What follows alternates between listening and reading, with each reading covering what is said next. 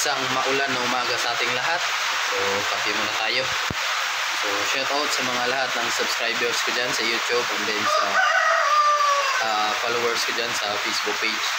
So, shout out sa inyo lahat. So, maraming salamat sa patuloy na pagsuporta.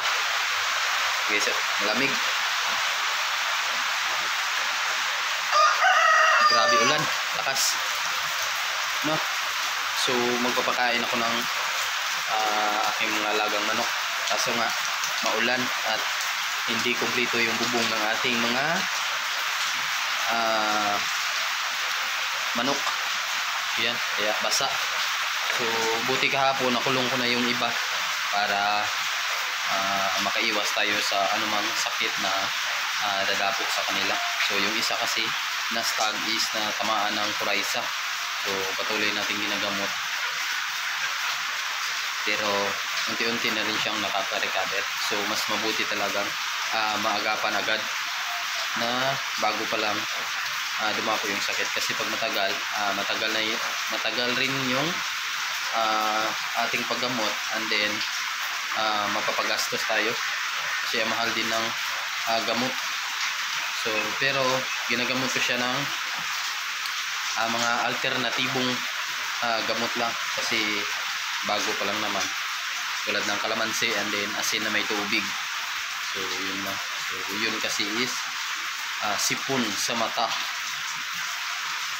Okay, sana tumila na para makapagpakain na tayo. So dyan lang naman yung ating manukan dyan sa gilid dito.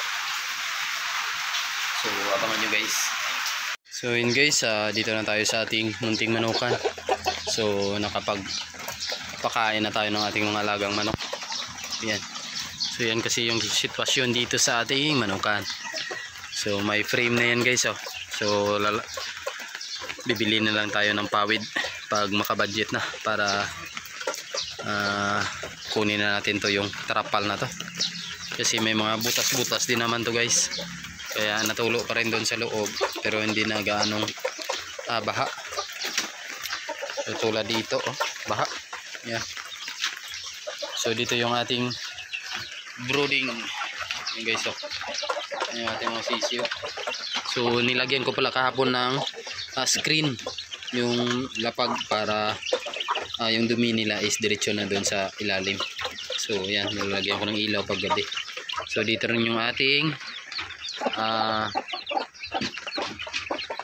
Shamo asil na 4 yung sisiyo.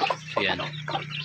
So yung nanay lang nila yung nag-aalaga muna sa kanila.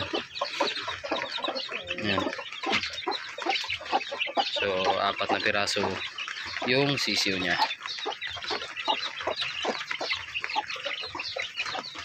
So doon yan naglilimlim natin na native. Yan.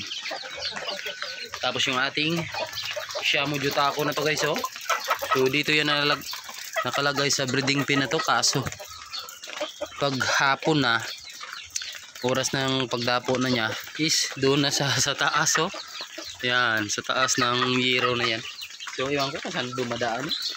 Doon yata sa gilid sa may net. So dito nakalagay yung ating Belgian Asil. Because going 6 months old lang kasi to guys. So nasa stress yung isang manok na to pag dyan sila nakasabay sa loob kasi panay habol niya. So siniparit ko muna ulit sila. Buti medyo tumila na yung ulan kasi kanina ang lakas. So yun guys, magandang hindi yan. Yan ang laki, malaking hindi.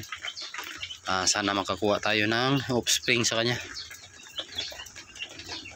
Yan.